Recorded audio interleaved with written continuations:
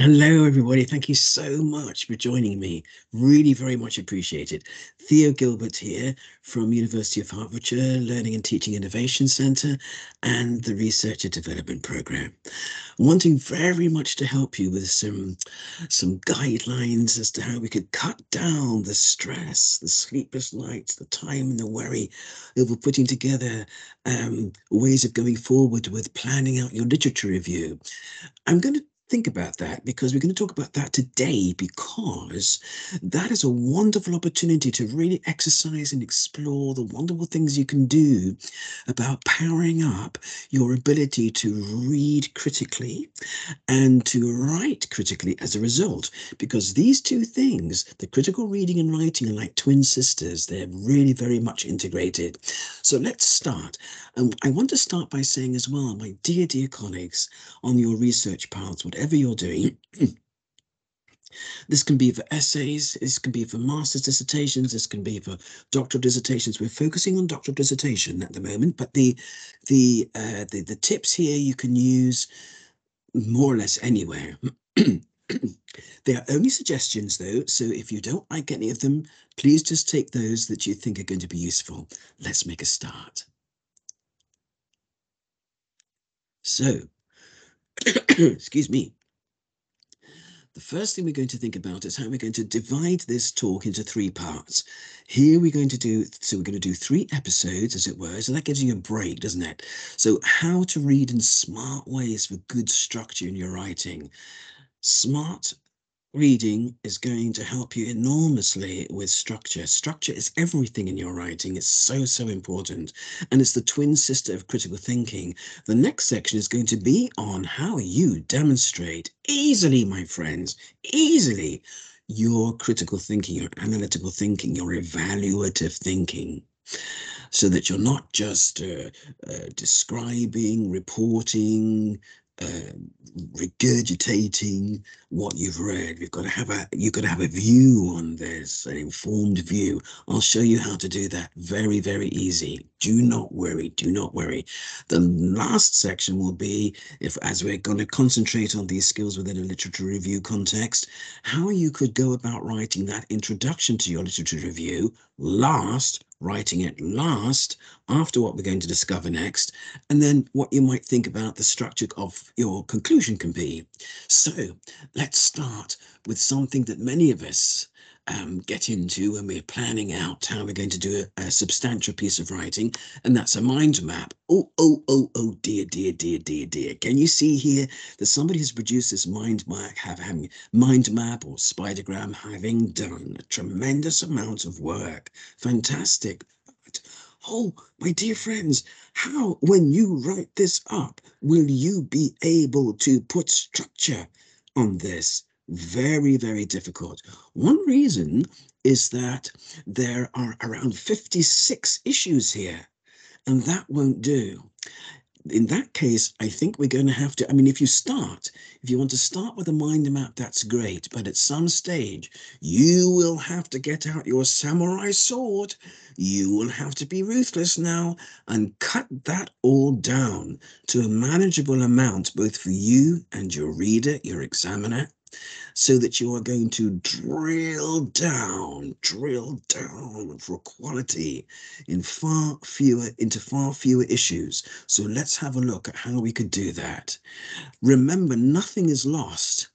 If you're reading about things that are not particularly exactly focused on your research questions, and you're going to get into difficulty. But remember, if you're very interested in those things, you can write articles about them later and get them published. For the minute, let's just concentrate on your doctoral work, your doctoral dissertation. This is not your life work. This is simply to show that you are a rigorous, systematic researcher in a specific and focused area, and that you can be trusted to carry on doing that. Hence, your doctorate is a kind of license, a driving license for you. So, moving on then to what should we do next? Right. Yes. Now, let's think about building something up together, step by step. I'm going to show you everything is very easy, step by step, and then you've suddenly realized you've climbed the mountain. We're going to think about ethics of driverless cars, because we need some kind of um, uh, topic to work with together, don't we? Just a second, can I just check? Very, very good. So we're going to think about the ethics of driverless cars. I went into a fascinating lecture in the business school at University of Hertfordshire that was run by a colleague who was talking about the need to consider ethics in every aspect of business. This was his clear message, a very good common sense message to our business students. Ethics is to be considered in every aspect of business. And one example he gave was driverless cars. As we know now, there is a lot of debate over the international regulation, or rather the absence of that at the moment, very worryingly, of AI, the international legal regulations of how far AI can go in terms of, for example, invading our personal privacy. The same goes for driverless cars. Sensors in the back of a seat, for example, a driver's seat that can read our physiological signs, heart rate, and perhaps even know if we've had, deduce whether we've had an argument with someone. This has raised a lot of concerns. So let's think about that, the ethics of driverless cars. How are we going to think about sorting out a good literature review on that? First of all, we need to take from the mind map, or without that mind map at all, but we need to take into our plan 3 or 4 issues that we're going to deal with, because we're going to drill down for quality. You're not going to spread yourself like a piece of chewing gum over so many issues as the mind map would invite you to. Don't pull yourself like a piece of chewing gum until you snap, so that you have covered so many issues that you are only saying empty, superficial things about them all. You have nothing really to say. We're going to drill down for quality. It's not quantity. If we do that, then when you come to the conclusion for this literature review, you will not be trying to herd 57 cats in a field in the dark with no fences, an impossible task. So instead, let's carry on down. Let me show you what you can do instead. So first of all, we've got to make sure that we have the topic in our faces to keep us focused. And then we're going to insert a table. We're going to insert a table. And as you can see, it's very shallow. It's very shallow, but that's a good thing. I can tell you why. But first, if you go to home, we're going to insert the little jug. See the little jug here of colour? We're going to insert a colour. Insert your favourite colour. I'm going to go for green for new starts, forests, green, meadows, something to relax us a bit, perhaps. And then, knowing now that this color means that this box is not useful, it's not useful to us, we're not going to use it, we go to the boxes underneath. Now, this is where we choose our 3 issues. It can be 4 later on. You can change these issues in and out as you wish, but first we need something solid to hold on to. So we're going to choose, let's just imagine that we're going to choose something like machine learning. And then we're going to choose legislation. Okay, choose 3 if you possibly can.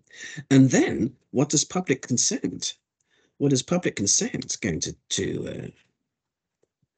to be the influencing effect on the kind of legislation that comes in to regulate the machine learning that is fast taking over our lives?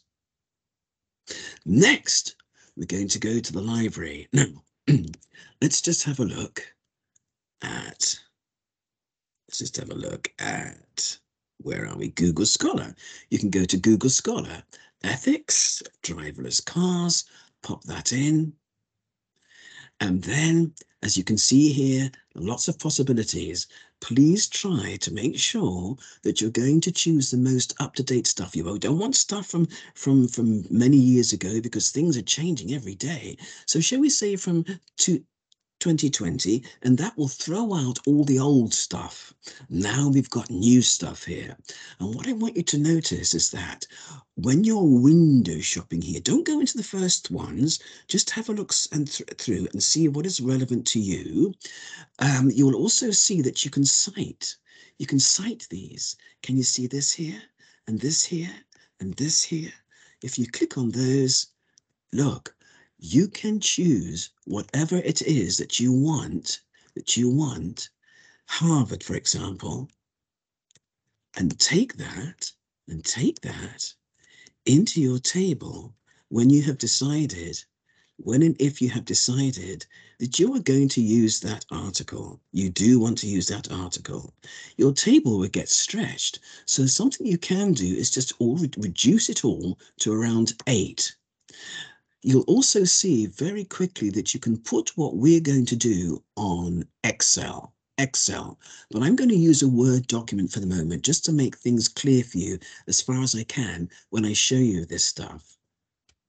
For those of you who are from the University of Hertfordshire, my colleagues here on research, students, let's think about going instead to, let me think. Let's think about instead going to, now let me think, how we get into our homepage. So here for University of Hertfordshire students and other students too, if you're in other universities, or if you're going on to other universities after Hertfordshire, or you will find very much the same library systems here. So we're going to have a look at the online library, and what we want here is, excuse me. Some changes here. I prefer the old one if possible. There's the online library. Here we go. And now you'll see there's a library search bar. So we're going to put in there ethics, driverless cars. We don't need of, we just need the keywords. Same in Google Scholar, we just need the keywords. And we're going to go for articles. Let's go for articles this time. You can go for everything, but we're going to try articles. Articles help bring us right up to date with things that may be going on by the same authors in books that are taking far longer to publish. So let's just go for articles for the moment. And we hit the return button. And once again, we're going to be concerned, we're going to be interested in knocking out, taking away all the old stuff, 2016, too late. What you find here in the University of Hertfordshire Library is, if we go over to the right-hand side, and scroll down, we can decide how old these articles are that we want to look at. Shall we say 5 years? Shall we say 3 years? No older than 3 years? Okay, let's press that. And then anything older is now going to be thrown out, and you are left with the up-to-date stuff. Remember, as with Google Scholar, and do try and look at both. If you have the opportunity to look at both, there will be articles in the library that are not in Google Scholar, and vice versa. The new trolley problem, driverless cars, maybe not that. We're window shopping here. Take your time. Don't jump into the first thing that comes along. Autonomous vehicles and moral judgments under risk. Interesting. Can you see here? We can cite. There's something else here to help you with. But first, let's have a look when we have chosen something, how we may go about reading that article. So we've got the full text online. We need some reading strategies here. Are you going to read the whole article? It may be 53 pages, 30 pages. No, let's have a look at some techniques for really focusing your reading so that you are not you know that you're not a machine, you're not a reading machine, you're a human being, and you need not to exhaust yourself reading things that are not necessary, that will demoralize you very quickly because they're not focused enough, and then very soon you realize you can't even remember what you read the previous day. There are ways around that. Let's have a look. Let's see what we can do about that. So into the text we go. Autonomous vehicles, moral judgments. As you know, just bring this over a little bit. As you know, every good article starts with an abstract. An abstract, as you know, is a summary of the whole article. So very, very useful, very, very helpful, friend. You may find when you read that abstract that there is something here that you don't understand. If that is the case, don't throw this fish back in the sea. Simply take that phrase out and put it into Google. Even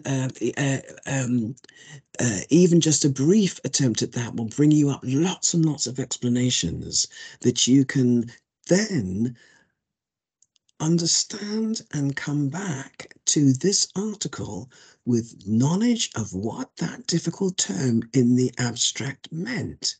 And now you may feel, no, I want to continue with this article. I think I get it. If that is the case, remember in some ways that you're sort of like a judge. You're like a judge on X Factor. Um, with you, and your job is to accept what the reader is trying to tell you as useful to you, or throw this fish back in the sea. There are so many articles waiting to get into your work. You can't choose them all. You have to make a judgment. Here's how you can do it. First, read the abstract. Does it look relevant to you?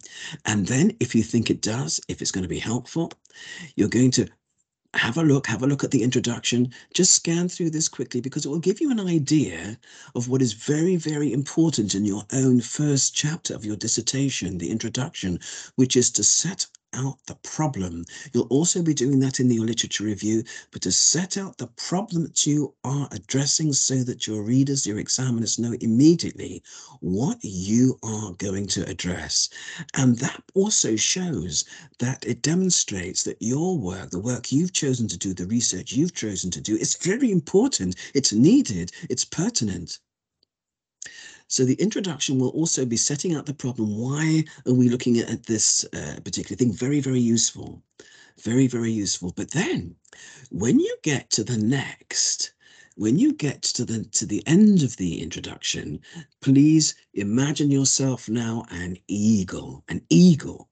So you're going to open your wings now, open your wings, and you're going to get some altitude over this ocean of words that begins now and may pull you down into chewing gum that you can't get out of for page after page after page, even through irrelevant pages. We can't let that happen to you. So open your wings like an eagle and start to fly with me now over the mountaintops of this article, the structure of this article. Have a look at these mountaintops are the headings. So we're flying over these headings to find out how this article has been structured, so that you can decide which headings you are interested in to fly down to and read carefully.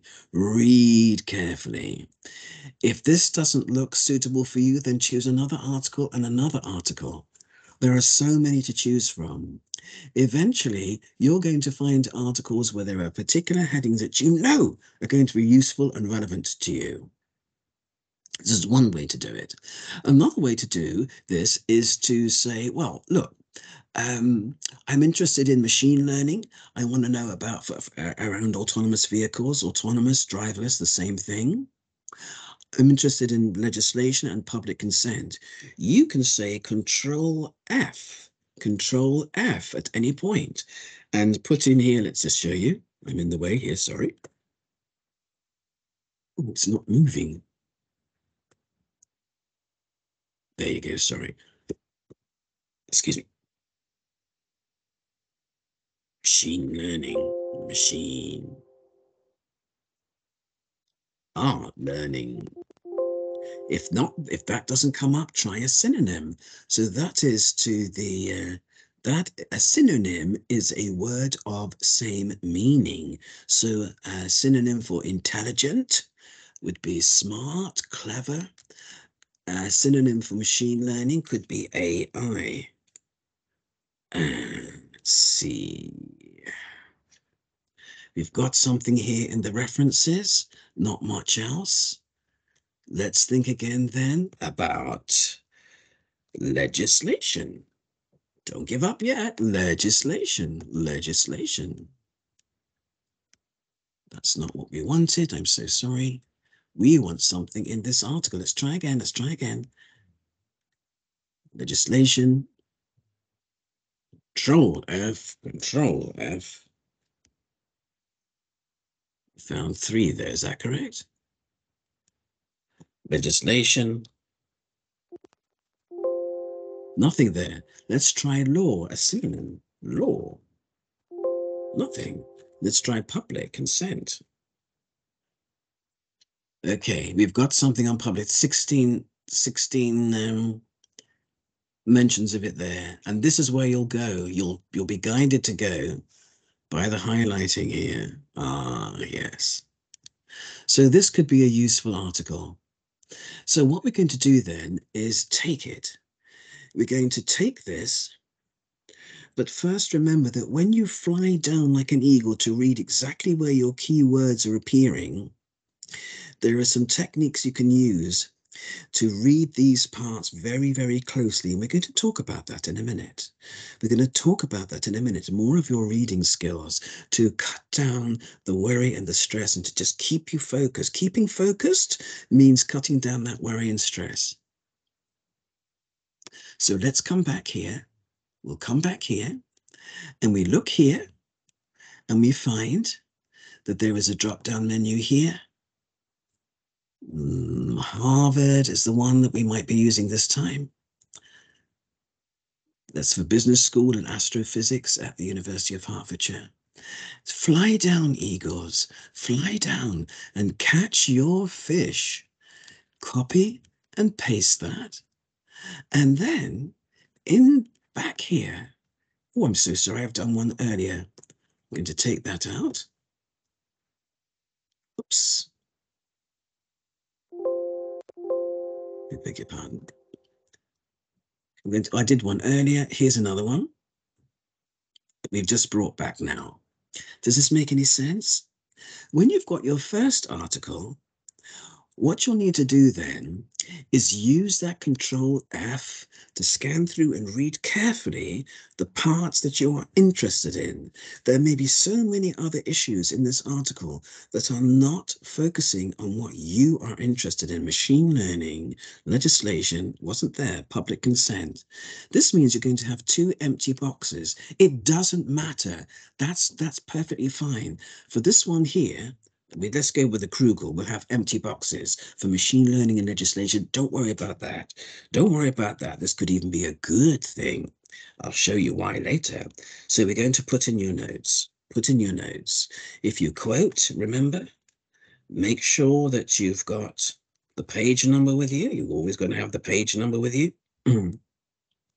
Let's say 13, 14, whatever it is. But these 2 boxes are empty. We may have had more luck. Let's imagine that we went through here, we went through this article, and we wanted to really work hard on finding something on machine learning. We found stuff on machine learning or AI, so bring back your notes. Only machine learning, only machine learning. And then go away, have a break, have a cup of tea, and then come back. And now you are going to be obsessed only with anything you can find in this article by Takaguchi et al. On legislation. You shift now, only legislation. You're not interested in anything else. Even if there's an earthquake or a fire going on, just focus on this. Legislation. You can bring back some notes if we can find them. Very good. And then have a break and then come back and attack again. So another swooping in attack like an eagle, pulling out your fish, anything you can find, Control F, scanning as you go over the headings, whatever you can find on public consent or public opinion. And so you go on collecting these articles from your own university, from University of Hertfordshire Library, and or from Google Scholar, until finally you have something like this. But you have something like this. Let's just see. I'm going to talk you through these notes. There, we've done that. We've done that. The notes are available. The notes are available. Look, you're going to end up with something like this. All right. Again, think about putting this on Excel, because this can only cover a certain number of articles if you do it on a Word document, obviously. But again, I'm just doing this for clarity. If you go back to the, you'll also see, actually, let me have a look. You'll also see here, can you see that these links allow you to add in the links here? Can you see? So you've kind of got everything you need now. You will now have your references list lining up for you. You'll have to put it into alphabetical order or whatever system you're using. This is for Harvard. And you'll end up with something like this. So you've got empty boxes. These are different articles than the ones I've just shown you, but you understand. You choose the articles that you want, and all the books and other sources too. We're only looking at articles just for a little bit of simplicity today. And then you will realize that you've got some structure now. You've got bite-sized manageable pieces, but you've got a lot to say now about machine learning. You're going to write up this pathway, or perhaps this pathway first.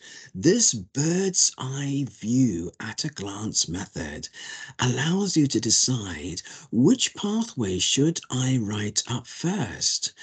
What is the most logical order? Should I write legislation first, then machine learning, then public consent? It's your choice. You will also realize that you can, let's imagine that you start with machine learning. You'll also realize that you will not want to write up these notes in the same order that they appear here. Oh no, you are going to be writing these notes, these boxes, as though they were pieces of a puzzle, and you are going to put them into the most logical order possible, the most logical, seamless, smooth, river of chocolate sequence for the reader to read through easily. Even now, we can see some idea of how that can be done. Let me give you one example. Let's imagine that this author here, these authors here, so that's Koopman, Wyden, and Wolf, have come up with two very important issues around machine learning. You're very, very impressed, very impressed. Are you going to write them up first? Maybe yes. And then this one? Yes. But then here you discover that Fasanya and Akinbiola have come up with three. They have identified and discussed three, not two, but three very important aspects for machine learning that you are interested in. So this is what you might do. You might write this up first, that Koopman, Kuipers and Wyden have done this. I haven't read those articles, so I don't want to accuse Koopman, Kuipers, and Wyden of anything. I'm sure the article was very, very good. But you're going to say, well, these two have come up with these authors have come up, have discussed, have identified, explored, examined, investigated these two issues. And you can comment on those. I'll show you how in a minute. However, a third issue is missing from their argument. So then you will go to this last one. That issue is discussed by Fasanya and Akimbola as follows, and so Jibenga Akimbola as follows. Can you see? So it looks now as though when you read Koopman, Kuipers, and Wyden, you realized that the third issue had not been discussed, and so that you have then looked for where it has been and found Vasanya in Gbenga Akimbiola. Does that make any sense? But there's far more that we can do about your critical thinking, and that is going to be in our next part. Take a break. Please come back when you're ready, and we will look at that next part, how to demonstrate your criticality in your writing. You'll find it's very, very easy. All right. Take care for now.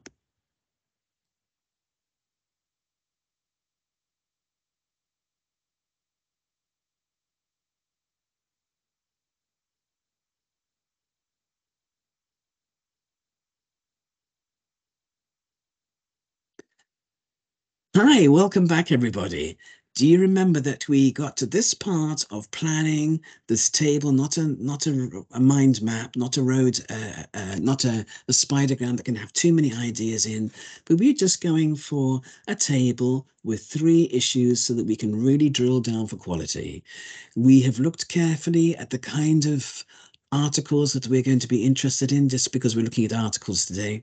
We're going to include books and other materials, of course, as well. And we've written notes one by one, sets of notes one by one, as we really concentrate on what is in this article on machine learning. And then, after a cup of tea or a break, we've come back to attack again. What is this article? Squeezing it like an orange. What to tell you? What is it going to tell you about legislation? We realize that sometimes we find nothing. That's not a problem. It's an empty box. But we need more help now on critical thinking before we write this up. Don't write this up before you've really been able to inject into this what the critical thinking is going to look at. So I'm going to give you 3 tips now, 3 tips, 3 bits of advice for how you can think critically. So here we are. I'm going to do that now. Here are 3 ideas you might be able to use. Of course, you'll have others. All the suggestions in this talk to you, my dear colleagues, my esteemed researching colleagues, students, are only to help you in ways that you find comfortable for you. So the first way, as you fly down, you've been flying like an eagle over the mountaintops. You may fly down then to a heading that looks really, really interesting and helpful for you. And you're going to be reading this very, very carefully so that you're not stretching your attention until you're overloaded, you're cognitively overloaded, you're concentrating on one section that's relevant to you. As you read, select a key point or interesting statement that the authors make, and then demand why, how. In fact, as you read the whole section, this particular focus section, well done for choosing your focus in this article. You're going to be asking your 2 best friends, your 2 generals, why and how, to be dancing in your head, to be there in your head. So as you're reading, you're demanding of the author, why? How? This is an excellent way to get yourself into critical thinking mode. Now, remember that in articles in particular, every relevant variable that the author could address, could explore, he or she cannot. An article is an article, limited, and a book too. Limited word count, limited time, limited funding for this. Every relevant variable in a topic cannot be covered. It would take 15 PhDs and it would all be out of date before it was finished. Knowledge is developing exponentially, so very, very quickly, especially with AI. But you can find those variables by asking why and how. If the reason why an author has argued something or said something is not available in this article, or how they have done something has not been explained, this is what you can do next. And I want to emphasize that the language of critical thinking is very, very simple. Don't worry, this is very simple, as we say here. Again. So what you'll do is you'll say Jones 2018 states, points out, suggests that, but he does not explain why. Or notably, he does not explain how. He does not explain why. Whatever you want to say does not. Or notably, he does not explain. So this is pretty easy language, but it shows the reader immediately that you have spotted something that needs a little bit more development. The next way, so think about this. This is you. That monster is you. You've got to put yourself in the mindset here, okay? And the author is this little person here. You are in the power position here. You are in control. Never think that you should not, cannot, because some students still do. Our dear international students may feel nervous about critiquing authors. Don't be. They love it. They need it. So that's the first way, how and why. He does not explain why did it do, or he does not explain how. And then another way, as you read the focus parts you've selected, not the whole 53 pages, but the focus parts you've selected to read that are of interest to you and your table. As you read, you may realize the author has not discussed an important issue at all. Did he or she, I should say she, or they forget to do this? So this is another good opportunity for you. Again, you can't cover everything. Those empty boxes are fine. They're fine. Sometimes it's not always the remit, it's not the task of the author to cover everything, but you may find that one empty box, in your opinion, shouldn't be empty because of what the author has said about, for example, machine learning and public consent. They really should have talked about legislation. In that case, you can say of an empty box that you're not happy about, it is not clear why, or notably, Jones does not consider, does not address, does not discuss whatever that issue is in your table. And we'll have a look at that in a minute. You may say this is important because this variable, this factor that needed to be covered, mediates what the author has said about machine learning and public consent. We're going to have a look at that again in a minute. We're just looking through these easy ways in very, very simple language. The simple language is very, very important. How you can quickly and easily show your critical thinking. And you're critically thinking every day, guys. You go to out the fridge, you look at an egg. Shall I boil that? Boring. Shall I fry that? Fattening. Shall I scramble it? Oh, too much washing up. So you're applying your critical thinking in everyday situations. It's easy, honestly easy, to translate that into how you look at your reading and writing for research. It's just common sense. Now I'm going to give you another example of how to show that you're critically reading, to help you think, to get you into the framework, the language framework that demonstrates your critical thinking. So let's just go down a little bit more. Oops, what's happening here? So sorry, guys. Oh, got myself into troubles now. There we go. And there it is. Here we go. Select, evaluate, rationalize. Okay, now this little method is easy too. So Django, let's say that's a little bit too early. That's too old, isn't it? That's still too old. Just making this up. This Django 2020 states, suggests, claims, explains, points out, warns that. All of these you can use. This view, and you're taking this, and now you're going to take what's in your notes, the box of notes, and write that up here. And then you can say this view, this observation, recommendation, argument, point, approach, this method, this understanding, proposal, this suggestion is, okay, now we're going to say is. So we've selected, haven't we? We've selected out of that box what you're going to write about that Jones has said.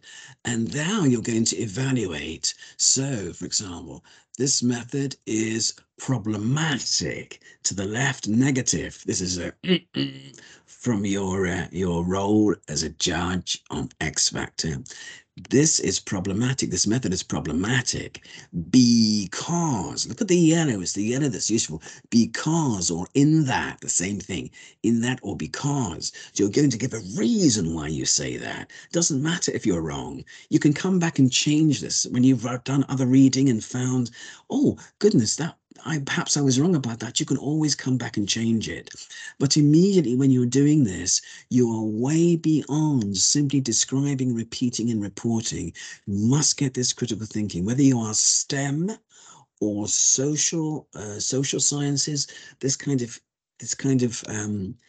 straightforward criticality is vital. You could alternatively say, Django states that this argument is questionable. The yellows are pretty much somewhat more useful for you, I think. But the others are good too. The others are fine as well. There are no value judgments here. We could actually take that one out. Is that looking like a value judgment? Yeah, let's take that out. But the yellow are very useful. We could do it the other way around. We could also, because criticizing means finding negative points, criticizing. Your business is not criticizing, your business is critiquing, which is to look at a balanced view of what this article or some of these points that the author is making are need to have from you. So you may also say, alternatively, it's your decision. You're the judge. You're the judge. Jangar states, and take this from your note box, this understanding, this suggestion is reasonable. This method is reasonable, relevant, insightful, helpful, interesting, appropriate, astute, because please give your reason. Please give your reason. And here below is just some examples for you to have a look at of how this can be written up. So please stop the film for any part of this. I'll just go through a little bit slowly. For any part of this that you want to read, I won't bore you with reading this through now, but we do need this. Okay, so just demonstrations of how this can be written up. Just demonstrations of how this can be written up. And here we said 2020, didn't we? Excuse me, my friends. Excuse me and forgive me. Here we go. So there you are, some demonstrations there of how you can write this up. Just coming down slowly again. Have a look at that. Stop the video if you want to. Have a look at that. Stop the video where you want to. And here's some more positive comment. A particular strength of Jones's argument is that he or he does not. But this is the most important part here. Look, guys, overall, be generous when you want to be, but otherwise have no mercy. Authors are supposed to love this because it helps them develop their thinking, standing on the shoulders of giants, you know. It's this constant diversity of view that actually expands the boundaries of our knowledge and understanding of what we're trying to research and study. Next, we're going to look at how that critical thinking, what it looks like, what it actually looks like when you have injected that as and where you want to, as you read carefully, closely, those parts you're interested, how that looks in your, what that looks like when you've got that into your table. Here we go. Can you see? You're going to end up with this. And your table on Excel can be on Excel. So we've got something here. So we've written up the notes, but we can write up the notes, but also we're going to write up. Notably, Koopman et al. Do not explain why or how, or a weakness, a difficulty of this method, this argument is that, or this was an empty box and we thought it shouldn't be. Because of what's been said here about public consent around machine learning, you may feel there should have been a proper discussion of machine learning and what's going on right now. What is the state of play? So it is not clear why Winkle does not consider this factor, especially since this factor mediates influences Y and Z. You could try something like that. Here, this view argument method is appropriate, reasonable, valuable in that or because or for two reasons as follows. State why it's reasonable and valid, or why you think it's problematic or questionable. A strength of this argument is that, or this view observation, method, whatever you want to say, is problematic or questionable because. So you've got an idea now of where you want, as you read through, how to get in that really simple language of critical thinking and how to inject that and then into your Excel sheet, as I have done it on the Word doc here. And then you're in a really good position to then decide which of these notes are going to be written up first, in which order. Again, each box is a piece of a jigsaw puzzle, a puzzle that you are going to put into the most easy logical order for your reader to have the experience of reading as though they were traveling on a river of chocolate when they read your work. Everybody okay? Now, we're not finished yet. We're not finished yet with injecting evidence, demonstration of your excellent critical thinking into your work yet. So there's more you can do. There's more you can do. We're going to insert now. We're going to insert on your Excel sheet, use another column on the right. So we're going to say insert, right click, and insert a column, no, a column on the right. And so we'll end up with something like this. Can you see? Your comments. We could say your verdict, your judgment. I'd like to say that because you are the judge. You are the judge. But I'll just leave it at your comments for the moment. Now, what do I mean by that? Think about this. Think about it like this. All of these authors are lawyers that have come into your courtroom. You are the judge, all talking about machine learning, giving evidence towards machine learning. This here is your courtroom. Finally, judges, finally, you will have to make a decision. You will have to make a judgment, and you will need to do that in very simple language. It's a conclusion. It's not a summary.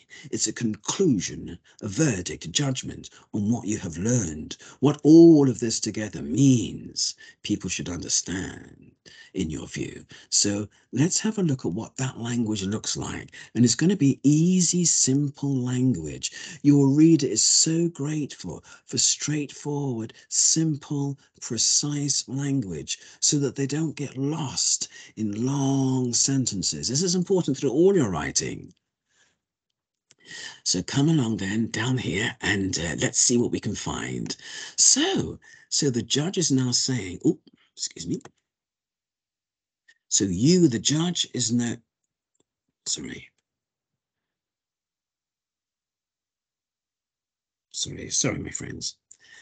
From what has been explored here in relation to machine learning, it is clear, it is evident that you judge, you are the judge. What is your final? What is the bottom line here? What is it we must understand? It is evident that there is insufficient research on, or there is a mismatch between, who knows? You are the experts, not me. You are the experts.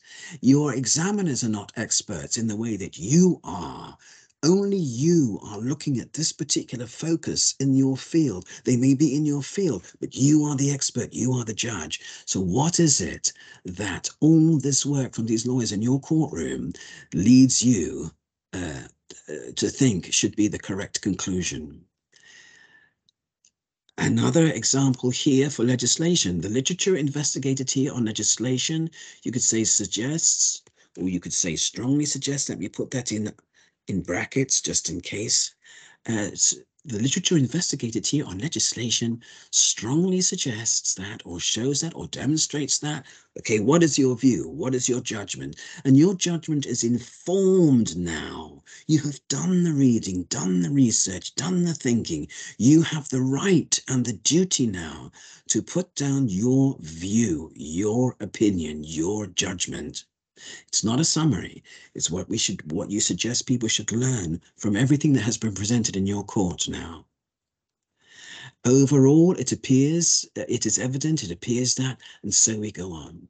Everybody okay? So that means that before you leave machine learning and throw the reader into the next heading, the next section, legislation, in your literature review, you've actually helped them understand what it is they need to have picked up, in your view, from what you've written on machine learning.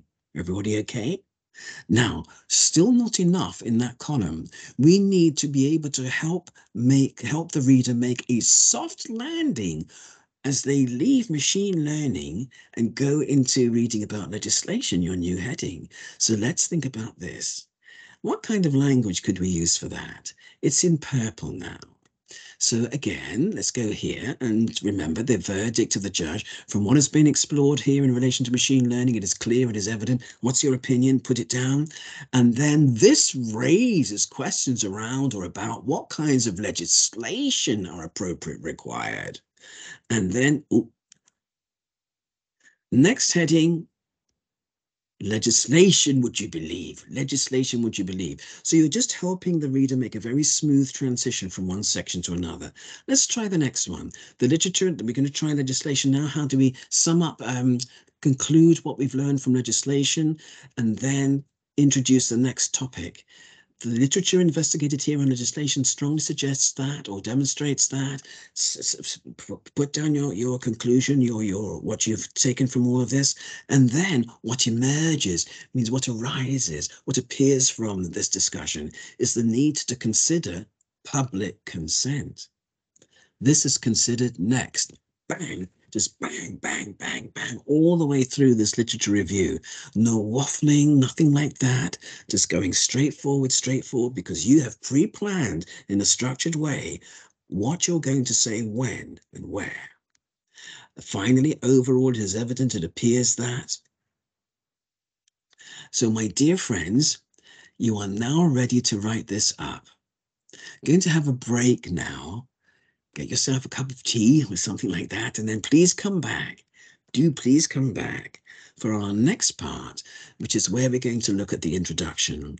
When you have written this up, when you have written up this table on Excel, you will find while the writing is going on that you're doing more reading, more consideration. You know, even when you've only got 2 columns done, even when you've only got 2 columns done, you will find that even below the level of consciousness, so you may not realize this, but it's true, your brain is going to be comparing these two, already.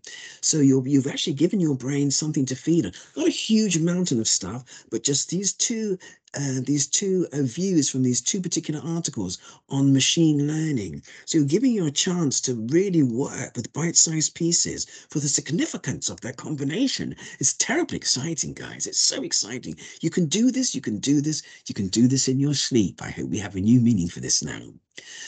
So next, when you realize that you've been thinking, even as you're writing up as well, new things coming into your mind, you are now ready to go and write the introduction. Write the introduction, because in the introduction, there is a roadmap. How can you write a map for a journey you haven't made? So have a break now. I'll be back shortly. Section 3, part 3, so that we can have a look at that introduction. What does it look like? How would it be structured? And the conclusion too, how might we structure that?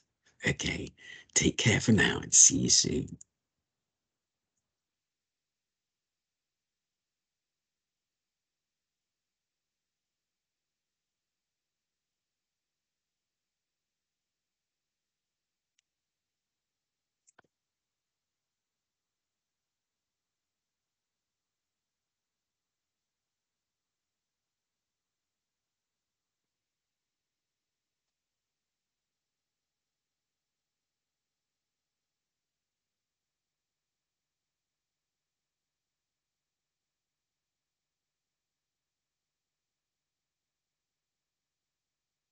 Everybody okay?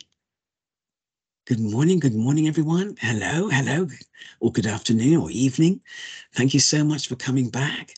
Theo Gilbert here from University of Hertfordshire, having built up in parts 1 and 2 this table for you on how to that was demonstrating how we can read critically and selectively, not overloading your brain, and how we can introduce the 3 issues we're going to look at now. 57, to stretch yourself like a piece of chewing gum and then be completely lost.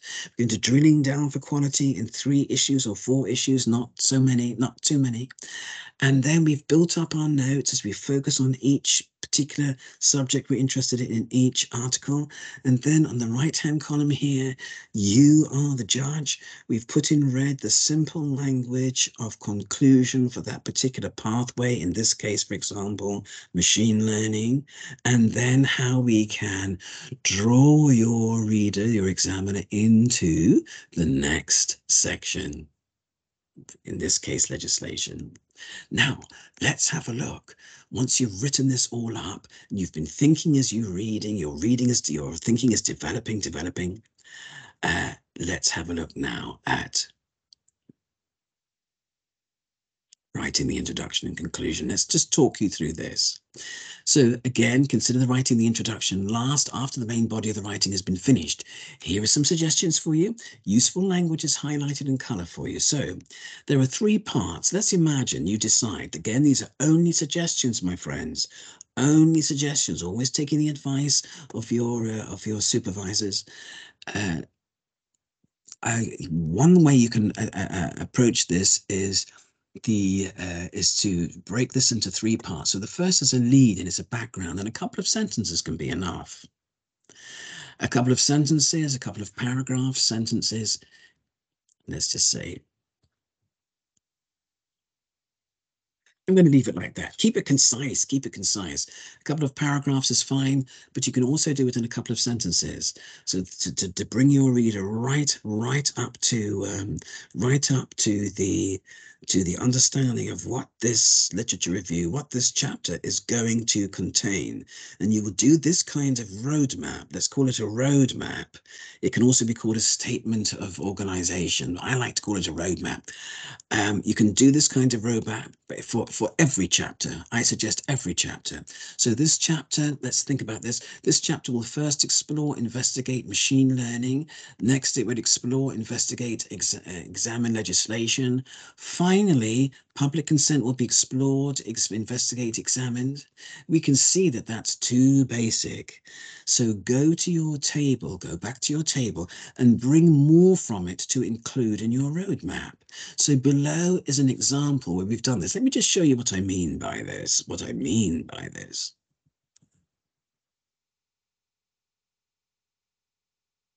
So here in machine learning, let's say this is your major key issue. It's a major key issue.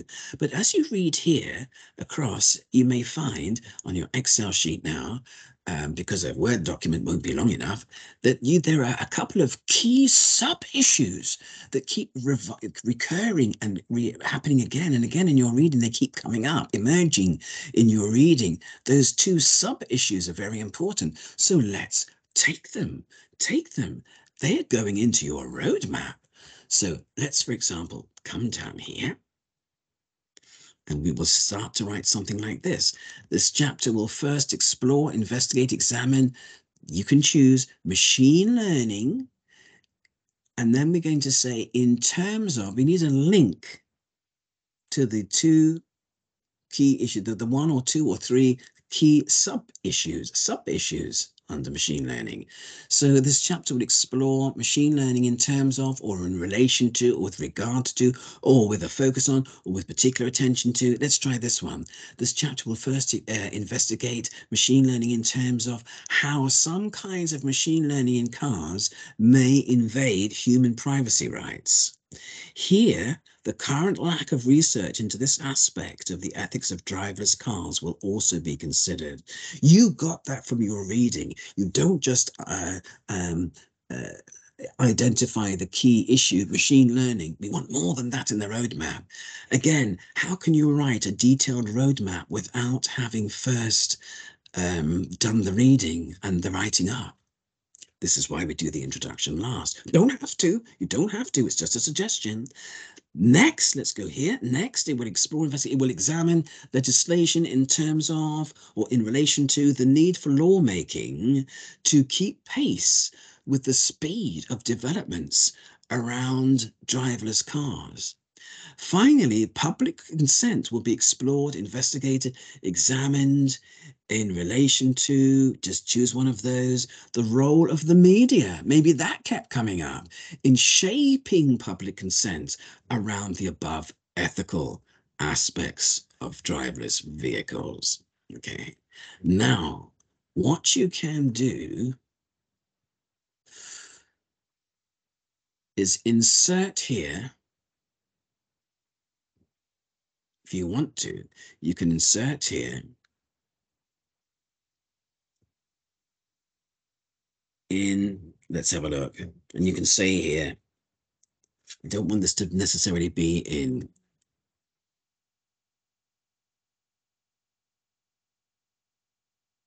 don't want this necessarily to be in,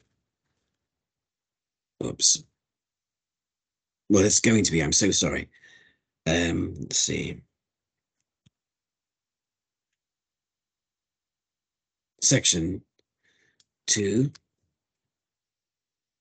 You can do it like this in terms of, let me just make sure, this shouldn't be in red. I just put it in red to notice, for you to help notice this, but there you go. You can just say section 2. Itemize your sections. We're going to come up, when you make a roadmap, try and put the sections, try and show it'll be more detailed than this view, of course. So try and show the reader what section is covering what issue. Does that make any sense? I'm going to talk about this a little bit in a minute. I'd like to talk about this a little bit in a minute. So there we are. Now, you're also going to have a thesis statement. Now, this is a thesis statement for your literature review only. You will need your overall thesis statement. That's your overall proposal, your overall recommendation, your overall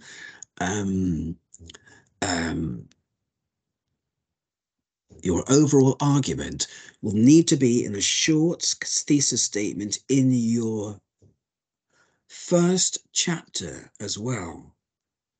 We're going to talk about that in a minute. But you also need a thesis statement. This is your overarching opinion for your literature review, So that can look, it's your choice, something like this. So the thesis statement, the literature review, let's say the lit review.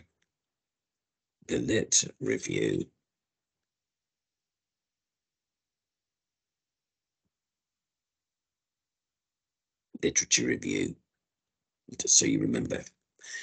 Literature review statement is a statement of your core view, your core conclusion. So to help you a little bit out like that, the language again has got to be very simple, not simplistic, but simple and precise.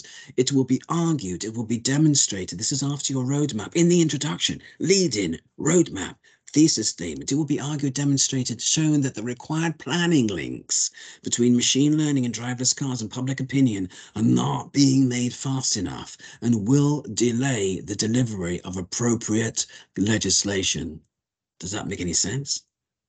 So that is your thesis statement. It's short, concise. It's the one thing that the reader needs to understand from the literature review. And you have demonstrated why they need to be thinking about that. And now, my friends, shall we move on to the conclusion? What could the conclusion be about? I mean, how could it be structured? You've got the content. How can it be structured? So the conclusion, this is all the introduction to your literature review. And I suggest you write it last, because then it will write itself. It will write itself, truly. The conclusion for your literature review, the conclusion, again, start off perhaps with 3 components. They may be enough. A summary of what you have done. So this chapter, this literature review, has explored, investigated, examined the relationship between machine learning, public opinion, and legislation for driverless cars in regard to ethics. Or this chapter, literature review, has explored, investigated, examined machine learning, public opinion, legislation for driverless cars and the ethical issues around them.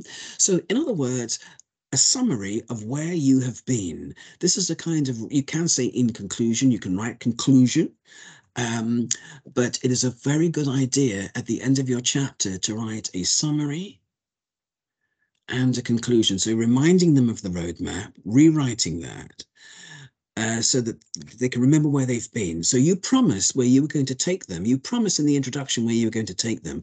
And now in the conclusion, bang, that promise has been fulfilled. Remind them of that promise. That's the summary. We've looked at this, this, and this.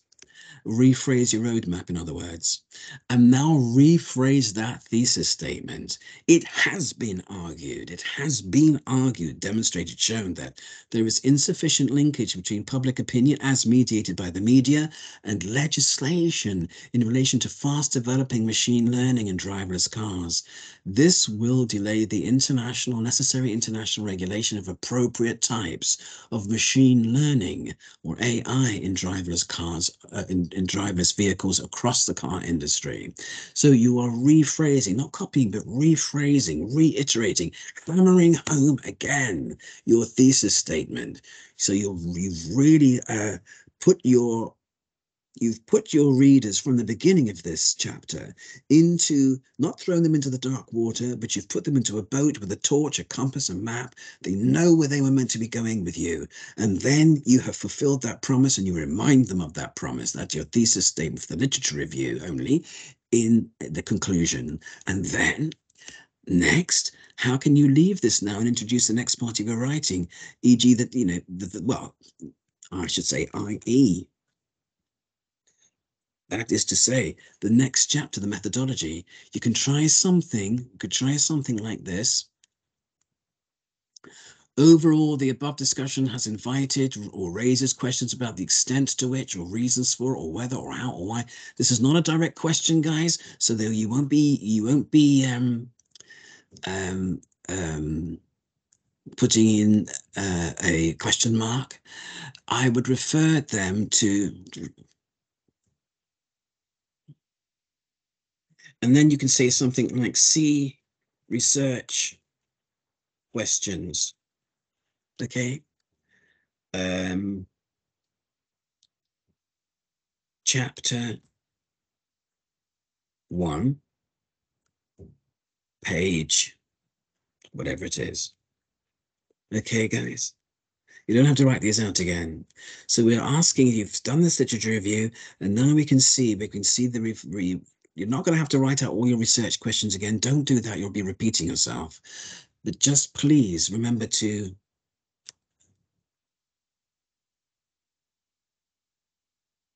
refer the reader back. Now you can do this all the way through your entire dissertation. This is how it works. Something like this. Just highlight it or highlight it in red, whatever you want, whatever you want. But what will happen is that by the end of your dissertation, by the time you've written your dissertation up, let's imagine, for example, that we've put in here, page 12, it's your introduction,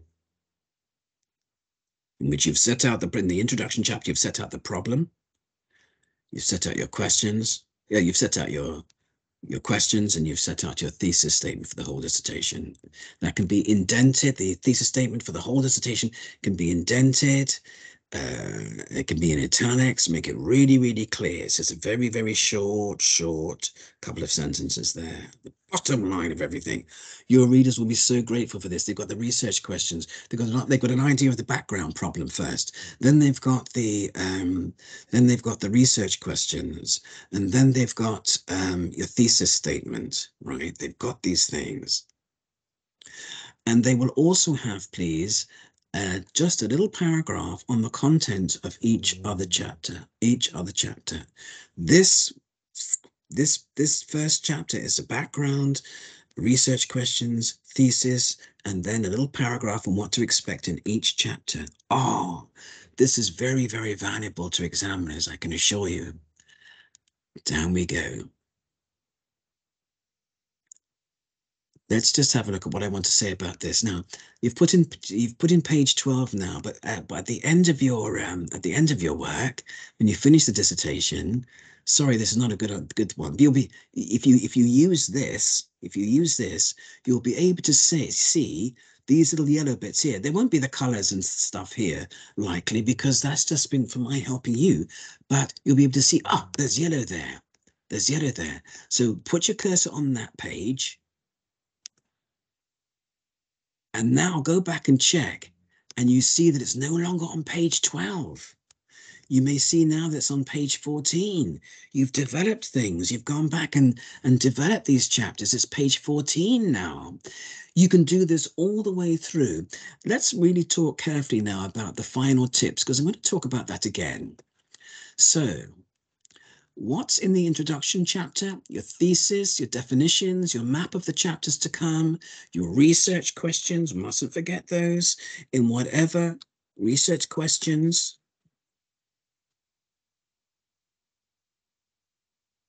the background problem, the problem, let's do it this way. Let's do it in a logical order. Your definitions, if you need, your research questions, your map of the chapters to come, and your thesis statement. That looks like a logical order to me. Up to you, but a logical order to me. And the chapters to come will be a paragraph for each. A paragraph for each.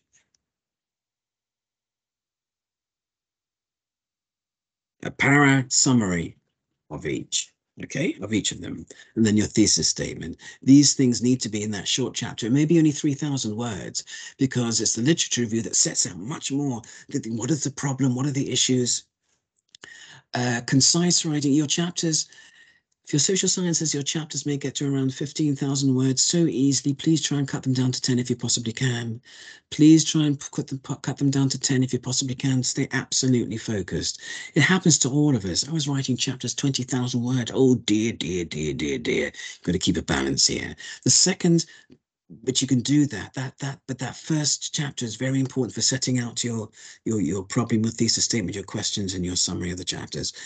Concise writing through the whole dissertation. If your writing has no long, fancy sentences, and a smart 12-year-old can understand them, this is very, very, very important at doctoral level. You're very, very lucky. Only these simple sentences that may start similarly, on the other hand, put differently when you want to explain something again. That said, when you explain something, but then you're trying to alert the reader to something that may actually be an exemption, an example that breaks the rule. Concise writing, if your writing has no long fancy sentences, a smart 12-year-old can understand, you're very lucky. So what that would mean is that you are looking through your writing for these long sentences. You'll find them. You're in the zone and you're typing away. Sometimes you'll find a sentence which is as long as a paragraph. No, my friends, that has to be cut. Remember your samurai sword into shorter sentences. So what I would suggest is have a look through and find them. You can break a sentence up and then sometimes have difficulty. How are we going to start the next part? The word this will help you very often. The word this will often help you. So this is because, or there are 3 reasons for this.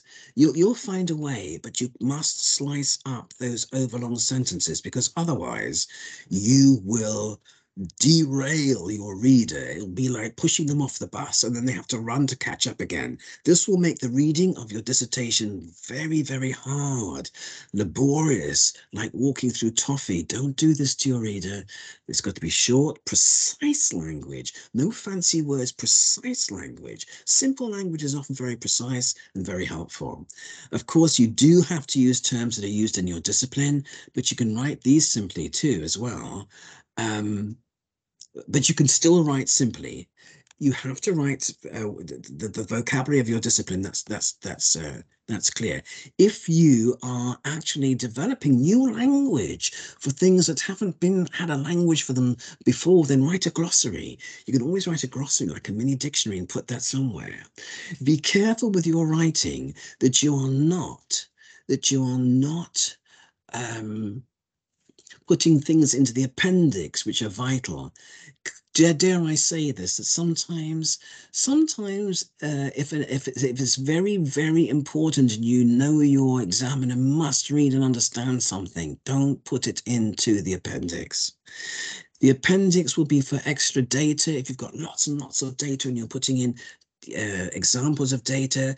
So in your findings chapter, here is an example of data which represented, which was typical of the data that was seen elsewhere in the data collections. See Appendix 4, page 214. Remember to put that in so that the reader can go backwards and forwards quickly, concise. That means you're not repeating yourself. You're not filling your dissertation up with stuff that can reasonably and sensibly be in the appendix. And then finally, I really want to talk to you. What about you? What about you, irreplaceable you, guys? What about self-compassion on your journey? I'm going to stop sharing for a minute, and I'd really like to talk to you about this, if I may. Okay, so when you're on this journey, this research journey, whatever it is, you remember this when you were an undergraduate, and now still it hasn't changed. You're doing your doctoral or your master's by research, and you're waking up in the mornings, possibly too early, around 4 or 5 o'clock in the morning, maybe sometimes. That is a sign that you're getting over anxious. You need to attend to that. But no. Oh, well, here's something you could consider that will keep you resilient, that will help you stay resilient on this long, lonely journey. When you wake up in the morning and you're feeling stressed and anxious, oh, why did I think I could do this? What's happening? I don't know if I can carry on with this. Your breathing has become a little faster than you realize, and that is helping to flood your brain with cortisol, the stress hormone, and adrenaline. And what you'll find is that you're getting in maybe a little bit of a panic, and you'll notice that you're not calm and you're not focused. The purpose that is partly to do with those chemicals in your brain, and it's not your fault. They're coming from the threat system at the back of your brain in this highly competitive, individualistic, competitive factory that is HE, that is higher education, and in business, and in media, and in education, and in politics. Let's just think what we're going to do. So here's what I suggest. And Andrew Huberman, a neuroscientist on YouTube, has done a brilliant thing on this. So just let me remind you. So to take in a deep breath as you lay in your bed, feeling very, very anxious, or at night when you can't go to sleep because you're worried, taking a deep breath and then top it up. Let's do that again. Again. Okay, so we've got that right, I hope, right? So, and your ribs are spreading out. And now we're going to let that go very, very slowly. Very slowly. You're going to ground yourself. As Andrew Huberman points out, the alveoli in your lungs, those little bags in your lungs, can now fill out with as much oxygen as you can, as they can, because you've topped them up. Another breath in, and then you're letting go plenty of carbon dioxide. When you let go slowly, you can let go of offload a lot of carbon dioxide. But also you are changing the chemistry in your brain. The threat system thinks, what's happening? So we're not going to run or fight or freeze. We're not going to do any of those things. Apparently, we don't need to. So you start to feel a little calmer.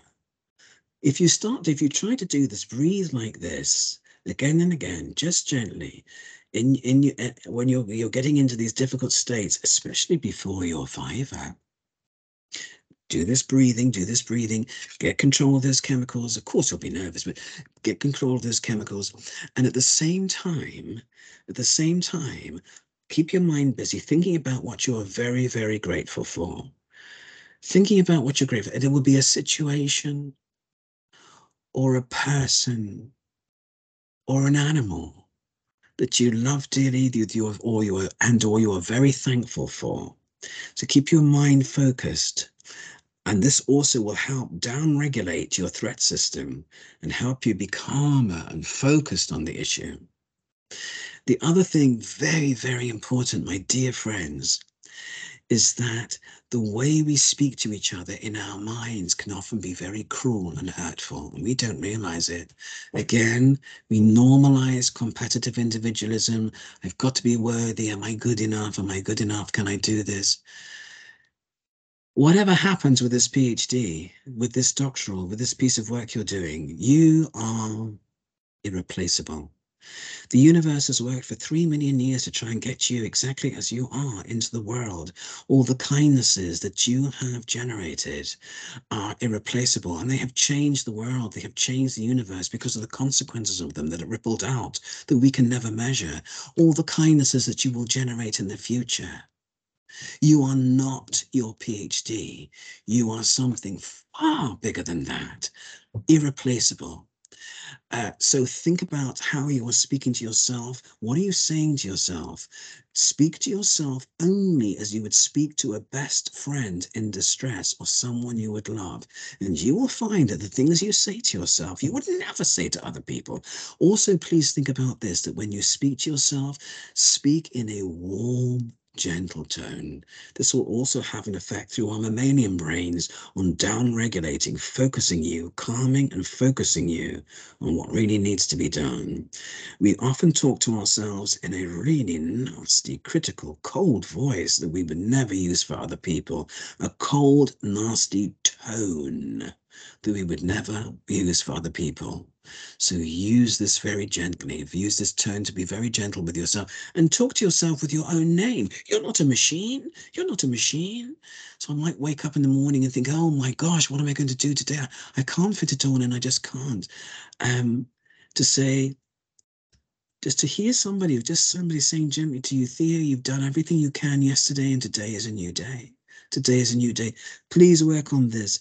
This kind of self-compassion is not to be confused with self-esteem. Self-esteem is measuring yourself against everybody else in some aspect of your personal performance. It's very, very toxic. It is making our wonderful students, first years to PhD students, our children in schools, very, very vulnerable to mental health issues, anxiety and depression. Self-esteem is not good for us at all. It's a crash and burn thing. Try these pieces of self-compassionate practice that I suggest to you in order to stay focused and resilient on the magnificent journey of your research, your research that nobody else is doing. You are the expert. I wish you very, very good luck from the Learning and Teaching Innovation Centre at the University of Hertfordshire, from the Research and Development Programme here. Take the best care of yourselves, and thank you for your wonderful, your valuable research. May it go very well for you. Bye for now. Bye-bye.